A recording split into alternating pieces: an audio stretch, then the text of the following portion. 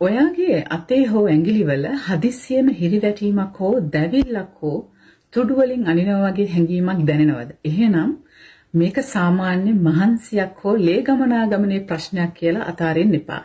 මෙම වීඩියෝව අවසාන වනතුරු බලන්න. ගොඩක් අය මේ ලක්ෂණය ගණන් ගන්නේ නැහැ. හේතුව මේක කාපල් ටනල් සින්ඩ්‍රෝම් කියන රෝගයේ මුල් අවස්ථාවේ මුල් අනතුරු ඇඟවීමක් වෙන්න පුළුවන්. කාපල් ටනල් කියන්නේ අපේ මැණික් කටුව ඇතුලේ තියෙන පටු මාර්ගයක්. මේ මාර්ගය මැදින් අපේ ප්‍රධාන නර්ව් එකක් වන මීඩියම් නර්ව් කියන ප්‍රධාන ස්නායුව ගමන් කරනවා.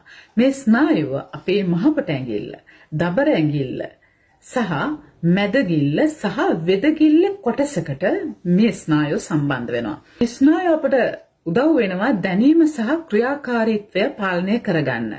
යම් හේතුවක් නිසා මේ ස්නායුව තෙරපෙන්න පටන් ගත්තොත් ස්නායු සංඥා අවුල් වෙලා අතෙන් අනතුරු ඇඟවීම් එවන්න පටන් ගන්නවා. පළවෙනි ලක්ෂණය ඇඟිලිවල හිරිවැටීම සහ කුඩු වලින් අනිනවා වගේ හැඟීමක් ඔබට දැනෙන්න පුළුවන්. විශේෂයෙන් රැට හෝ උදේ පාන්දරට මේක වැඩි වෙන්න පුළුවන්. දෙවෙනි ලක්ෂණය අතේ මිරිකීමේ ශක්තිය අඩුවීම, බෝතල් අරින්න අමාරුව, බඩු අතින් වැටෙන්න වගේ එකටම දෙයක් අල්ලන් ඉන්න බැරි ගතියක් ඔබට දැනෙන්න පුළුවන්. එහෙමනම් ස්නායු තෙරපීම නිසා අපේ අතේ මාංශ පේශී දුර්වල වෙලා තිබෙන්න පුළුවන්.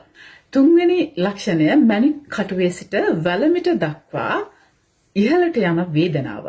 ගොඩක් අය හිතන් ඉන්නේ මේක මාංශ පේශී ප්‍රශ්නයක් කියලා. හැබැයි ඇත්තටම මේක තෙරපුණු ස්නායුවෙන් ඉහළට යන වේදනා සංඥා නිසා වෙන්න පුළුවන්. ඔයාලට මම ගෙදරදී කරලා බලන්න පුළුවන් පොඩි පරීක්ෂණයක් කියලා දෙන්නම්. මේක අපි ක්ලිනිකල් වලදී හඳුන්වන්නේ ෆේනල් ටෙස්ට් කියලා. අන්තික මේ විදිහට පිටිපස්සට මෙහෙම නවලා මැණික් කටුවෙන් එක තියාගෙන මැණික් කටුවෙන් පහළට නම තප්පර 60ක් ඉන්න මේ විදිහට.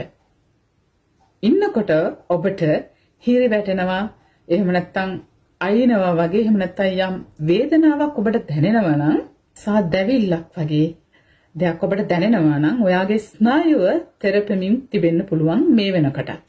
රෝග ලක්ෂණ ඉක්මනින්ම මතුවෙන තරමටම තත්ත්වය වැඩි වෙලා තියෙන්න පුළුවන්.